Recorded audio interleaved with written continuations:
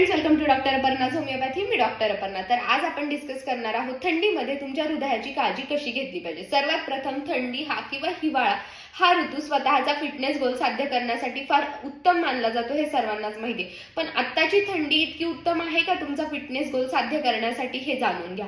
आत्ताची थंडी खूप प्रचंड आहे. ह्याच्यामध्ये 15 डिग्री सेल्सिअसच्या आसपास तापमान गेलेलं आहे आणि त्याचबरोबर वायू प्रदूषणाची पातळी देखील वाढलेली आहे. त्यामुळे खूप अतिरिक्त थंडी आणि खूप जास्त प्रमाणात प्रदूषण ह्यामुळे लोकांना किंवा पेशंट्सला श्वसनाचे रोग झालेले आपल्याला बघायला भेटतात, ज्याच्यामध्ये सर्दी, खोकला, पडसं किंवा घसा खवखवणे आणि त्याचबरोबर दमा म्हणजेच अस्थमा सारखा आजार आणि सर्वात मोठं म्हणजे हृदयविकाराचा झटका किंवा हार्ट अटॅक ह्याचं प्रमाण जास्त वाढलेलं बघतोय. कारण की खूप जास्त प्रमाणात थंडी आणि खूप जास्त प्रमाणात वायू प्रदूषण. आता बरेच पेशंट्स काय करतात की थंडीमध्ये आपल्या हृदयाची काळजी किंवा हेल्थची काळजी घेतली पाहिजे म्हणून व्यायाम करतात. कधी न केलेला व्यायाम तुम्ही जर आता अचानक खूप जास्त हेवी प्रमाणात किंवा जास्त श्रम घेऊन करत असाल तर तुमच्या बॉडीला त्याचा धोका आहे. आणि शक्यतो डायबेटीज किंवा हार्ट पेशंट्स किंवा बीपी म्हणजेच ब्लड प्रेशर असणाऱ्या लोकांनी ह्याची काळजी घेतली पाहिजे. जर तुम्ही अचानक व्यायामाला सुरुवात केली तर तुमच्या बॉडीला त्रास होऊ शकतो, कारण की रक्तवाहिन्या खूप जास्त प्रमाणात आकुंचन पावलेल्या असतात आणि त्यामुळे ब्लड प्रेशर वाढून हृदयविकाराचा झटकाच म्हणजे हार्ट अटॅक येण्याचे चान्सेस फार जास्त प्रमाणात असतात.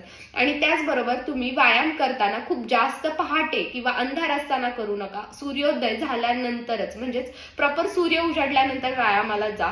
स्वतःला जास्त उबदार ठेवा. कानटोपी, स्वेटर, सॉक्स घालून तुम्ही बाहेर पडा.